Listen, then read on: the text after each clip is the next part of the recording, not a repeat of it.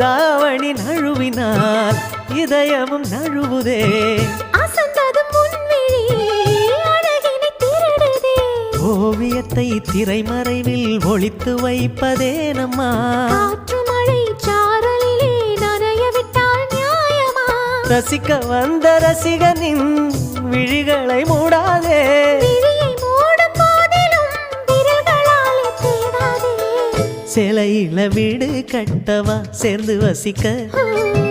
ஜன்னல் வச்ச ஜாக்கெட் போடவா